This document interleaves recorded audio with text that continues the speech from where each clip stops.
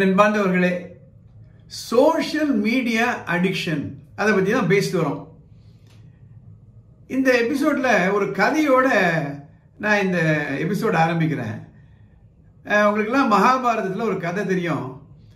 அபிமன்யுவை அந்த சக்கரவியூகம் அப்படின்ற ஒரு அமைப்புக்குள்ள அவர் போய் மாட்டிக்கிறாரு. எல்லாரும் சேர்ந்து அவனை அடிச்சு கொண்டுறாங்க அபிமன்யுவை. இதுதான் கதை. அந்த சக்கரவியூகம் என்ற ஒரு போர் அமைப்பு, அது உள்ள போறதே கஷ்டம், போயிட்டு வெளியே வருது அதை விட கஷ்டம்.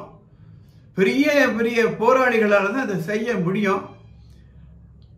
அத அர்ஜுனன் என்ன பண்றாரு, சுபத்ரா அபிமன்யுவை வயிற்றுல வச்சுட்டு இருக்கும் பொழுது அந்த கர்ப்ப காலத்திலேயே அந்த குழந்தைக்கு சொல்லிக் கொடுக்கிறாரு, சக்கரவியூகத்தில் எப்படி போகணும், எப்படி வரணும்.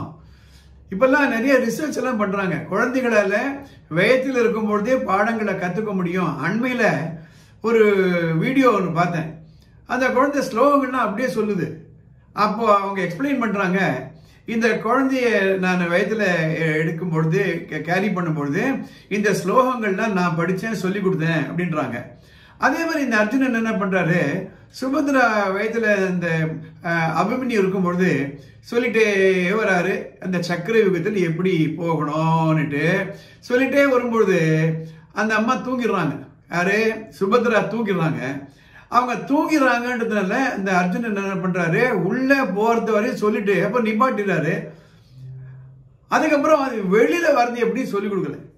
அந்த வெளியில வருது எப்படி சொல்லிக் கொடுக்காதனால அந்த குழந்தை பிறந்த உடனே அது பெரிய வில்லாளியான உடனே சக்கரவியூகத்தில் போறதுதான் தெரியுமே தவிர வெளியில வர தெரியல. அது மாதிரி போய் மாட்டிக்கிறாங்க. அதே மாதிரி தான் நம்ம என்ன பண்ணிட்டோம், குழந்தைகளுக்கு மொபைல் போனை எப்படி யூஸ் பண்றதுன்னு நல்லா சொல்லி கொடுத்துட்டோம். இதை கடந்த 2 ஆண்டுகளாக குழந்தைகள்லாம் வந்து கேட்குறாங்க. நியாயமா பார்த்தா மொபைல் போன் மூலமா ஆன்லைன் படிக்கக்கூடாது. நான் பல எபிசோட்ல சொல்லியிருக்கேன். கம்ப்யூட்டர் மூலமா தான் சொல்லிக் கொடுக்கணும். ஏனென்றால் மொபைல் போன் டெம்டிங், எங்க வேணாலும் பாக்கெட்ல போய் எடுத்துட்டு போகலாம். ஒரு லேப்டாப்போ இல்ல வந்து ஒரு பிசியோ இருந்ததுன்னா அது எங்க வேணாலும் எடுத்துட்டு போக முடியாது. இப்போ வசதியா பண்ணி கொடுத்துட்டோம். அப்போ குழந்தைகள் வந்து அடம்பிடிப்பாங்க, இல்லை நாமளே ஒத்துப்போம். ஏன்னா ஆன்லைன் கிளாஸ் அட்டன் பண்ணணும் அப்படின்னா அது மொபைல் ஃபோன் வாங்கி கொடுத்துருவோம். ஈஸியான வழி அதுதான், சீப்பு. 9,000 10,000 ரூபாய் வாங்கி கொடுத்துடலாம். அதே ஒரு கம்ப்யூட்டர் அப்படின்னா ஒரு 10,000 20,000 மேலேயே ஆகும்.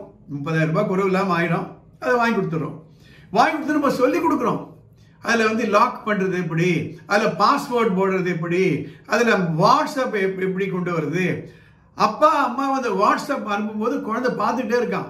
கம்ப்ளீட்டாக சொல்லி கொடுத்துட்றோம். இணையதளத்தில் எப்படி இணையணும், எப்படி வந்து அந்த ஜூம் மீட்டிங்கில் கொண்டாடணும், வெபெக்ஸ் மீட்டிங்கில் நம்ம போய் சேரணும், எல்லாம் சொல்லி கொடுத்துறோம். இமெயில் எப்படி போடுறது, எஸ்எம்எஸ் எப்படி அனுப்புறது, ஒரு ஃபைல் எப்படி டவுன்லோட் பண்றது, ஒரு ஃபைல் எப்படி அப்லோட் பண்றது, செல்ஃபி எடுக்கிறது எப்படி, எல்லாம் சொல்லி கொடுத்துறோம். ஆனா நம்ம என்ன சொல்லி கொடுக்கல அப்படின்னா, அந்த மொபைல் போனை எப்படிலாம் யூஸ் பண்ண கூடாதுன்னு சொல்லி கொடுக்கல.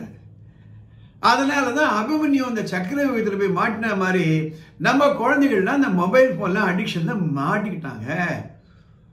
அப்ப நம்ம தான் சொல்லிக் கொடுக்கணும், எப்படி வெளியில வரணும். என்னென்னலாம் சொல்லி கொடுத்துருக்கோம் குழந்தைகளுக்கு. நடக்க சொல்லி கொடுத்தோமா இல்லையா, சாப்பிட சொல்லி கொடுத்தோமா இல்லையா, ஓட சொல்லி கொடுத்தோமா இல்லையா, பேச சொல்லி கொடுத்தோமா இல்லையா.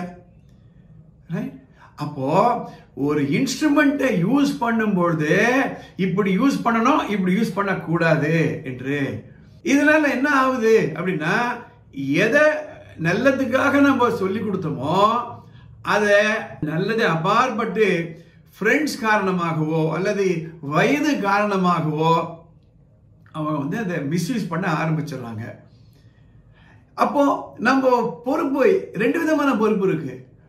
நல்லது சொல்லிக் கொடுக்கிற பொறுப்பு நமக்கு இருக்கு, அதை எப்படி யூஸ் பண்ணணும்ன்ற பொறுப்பு நமக்கு இருக்கு. அதை விட்டுட்டு சோசியல் மீடியா பிளேம் பண்ணி என்ன பிரயோஜனம்.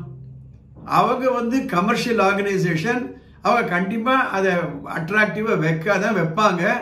நாம தான் கொஞ்சம் புத்திசாலித்தனமா இருக்கணும். அடுத்த எபிசோட்ல ஒரு நல்ல ஐடியா ஒன்று கொடுக்குறேன். அதுல இருந்து எப்படி அவங்களை வெளியே கொண்டு வரணும்ன்றது அடுத்த எபிசோட்ல பார்க்கலாம்.